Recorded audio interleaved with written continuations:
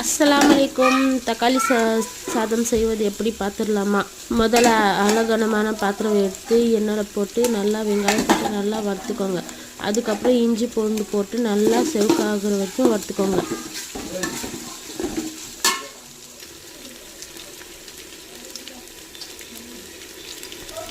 அதுக்கப்புறம் காரத்துக்கு நான் 1.5 கிலோ அரிசி எடுத்துன்னுக்கிறதுனால நான் 3 ஸ்பூன் போடுறேன். உங்களுக்கு எப்படி காரம் தகுந்த மாதிரி அப்படி போட்டுக்கோங்க. காரம் கூடவோ குறைச்சவோ நீங்கள் போட்டுக்கோங்க, உங்கள் விருப்பம்.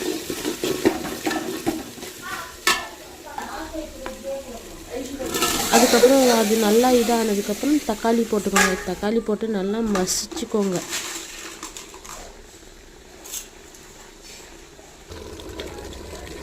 நான் கொஞ்சம் உப்பு போட்டு நல்லா மசிச்சுன்னுக்கிறேன். அது போடுறதுக்கு மறந்துட்டால் நீங்கள் பார்த்து போட்டுக்கோங்க. அதுக்கப்புறம் கொத்தமல்லி புதினா இருந்தால் போட்டுக்கோங்க. என்கிட்ட புதினா மட்டும் இருக்கிறதுனால நான் புதினா போட்டுன்னுக்கிறேன். அதுக்கப்புறம் நல்லா வெந்ததுக்கப்புறம் நான் தண்ணி 1.5 கிலோவுக்கு 4 படி அரிசி எடுத்துன்னுக்கிறேன்னா அதுக்கு நான் 1க்கு 2 எடுத்துன்னுக்கிறேன். 8 கிளாஸ் தண்ணி நான் அளந்து போட்டுன்னுக்கிறேன். உங்களுக்கு கொஞ்சம் குறைவாக வேணும்னா கொஞ்சம் கம்மி பண்ணிக்கோங்க, 1/2 கிளாஸ் கம்மி பண்ணிக்கோங்க. இல்லை கொஞ்சம் கொழிஞ்சு வேணும்னா நீங்கள் நான் சொன்ன மாதிரி 8 கிளாஸ் போட்டுக்கோங்க தண்ணி. அதுக்கப்புறம் நல்லா அந்த நுர பொங்குதில் அப்போ போட்டுருங்க அரிசி. அந்த நுர பொங்கும்போது அரிசி போட்டாக்கே கொஞ்சம் சாப்பிட்றதுக்கு நல்லா இருக்கும்.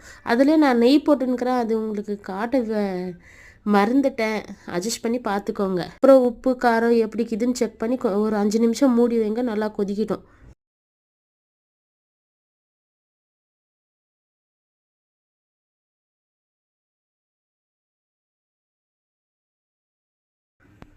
நல்லா இப்படி கொதிச்சு வரும்போது இந்த ஸ்டேஜில் தம் போட்டுருங்க. நீங்கள் தம் போட்டு வச்சுருங்க. அதுக்கப்புறம் சாதம் பாருங்கள் ரெடி ஆயிடுச்சு. பாய்.